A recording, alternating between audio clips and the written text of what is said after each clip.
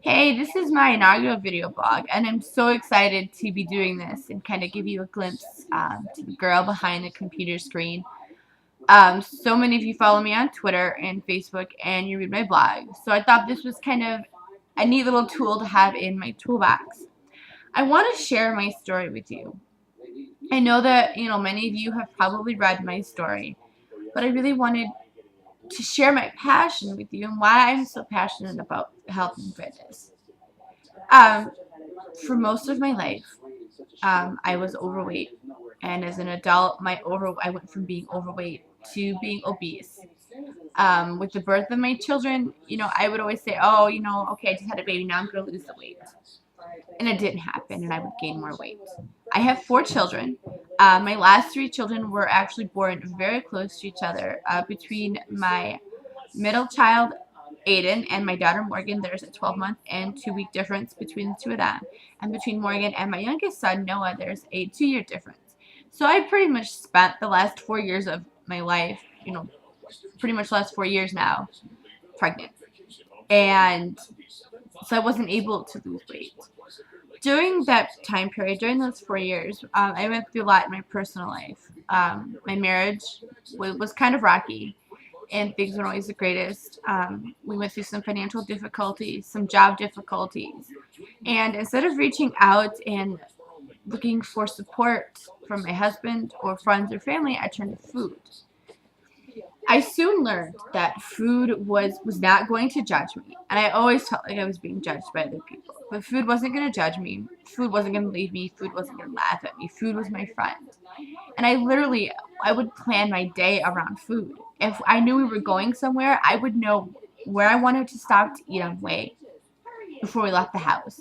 I knew what restaurants were en route to my destination. I would know what restaurants were near my destination. And I would say, I want to eat here, I want to eat here, and I want to eat here. And it was sad because I was so excited about getting out of the house so I could go eat. And I would go to bed thinking about, oh, I can't wait. I'm going to make chocolate chip pancakes, and French toast, and egg, and all this stuff. And I would just literally plan my life around food.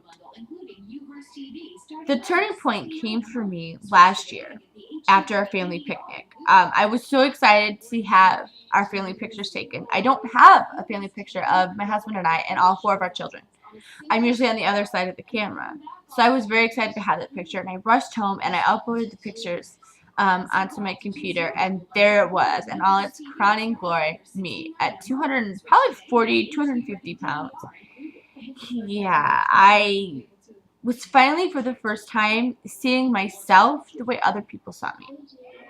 I never looked in a mirror. I hated it. So I didn't know. I had this preconceived notion in my mind about how I looked. But I could not deny that girl that was staring back at me from the pictures was unhealthy and was unhappy.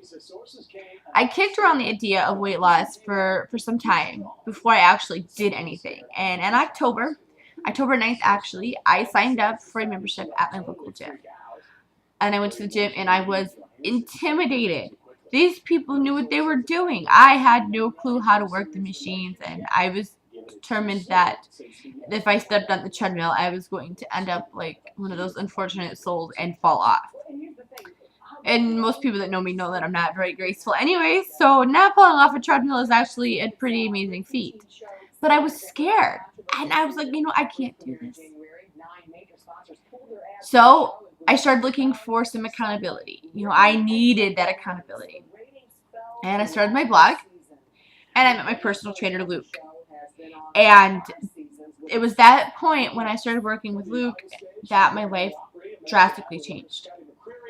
I feel that it's so important to have somebody in your life that's going to, basically grab you by the shoulders and force you to take a good hard look at what you were doing.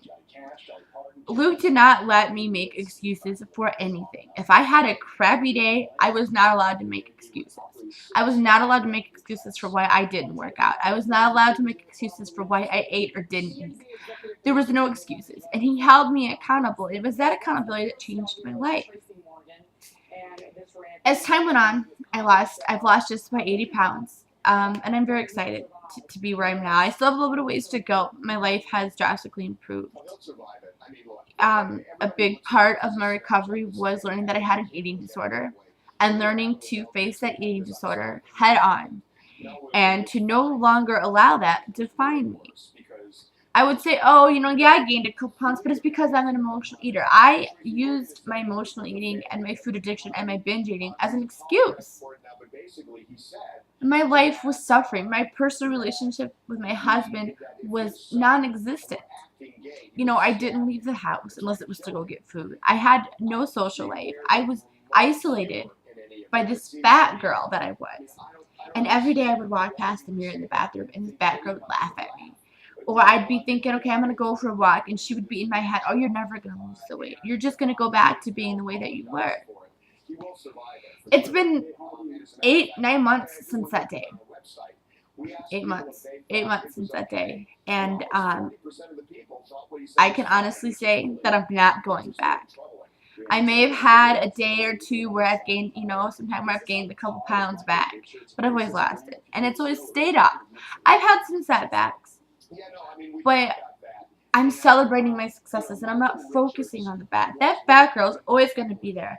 She's always going to be in my head telling me that I can't do something. But that's the beauty of having an inner critic. Because it's the inner critic that drives me to keep going. It's the inner critic that makes me say, you know what, I can do anything. This past Saturday, June 4th, I ran my very first 5K with a wonderful time of 44:08. And I'm actually pretty happy with it. It was like 90-some degree heat. It was humid. It was hot. And I did it. I am training for the Chicago Marathon in October. I have a book coming out later this year called Bye-Bye Fat Girl, Hello Personal Trainer. I am scheduled to be appearing in a couple fitness magazines and hopefully, fingers crossed, on a national talk show. So not only has my physical life changed, I'm not changed physically, but mentally, I am a different person.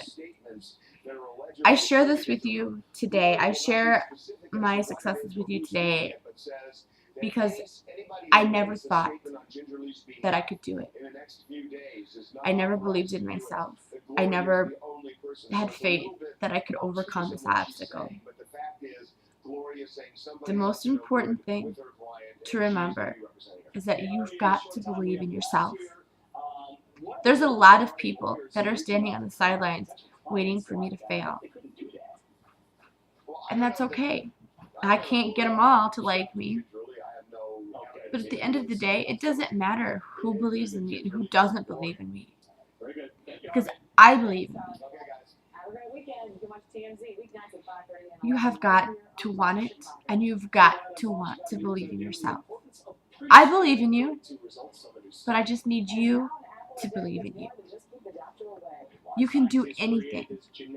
You have been prepared with all the tools that you need to walk the path that you're on right now. And it's all about you, baby.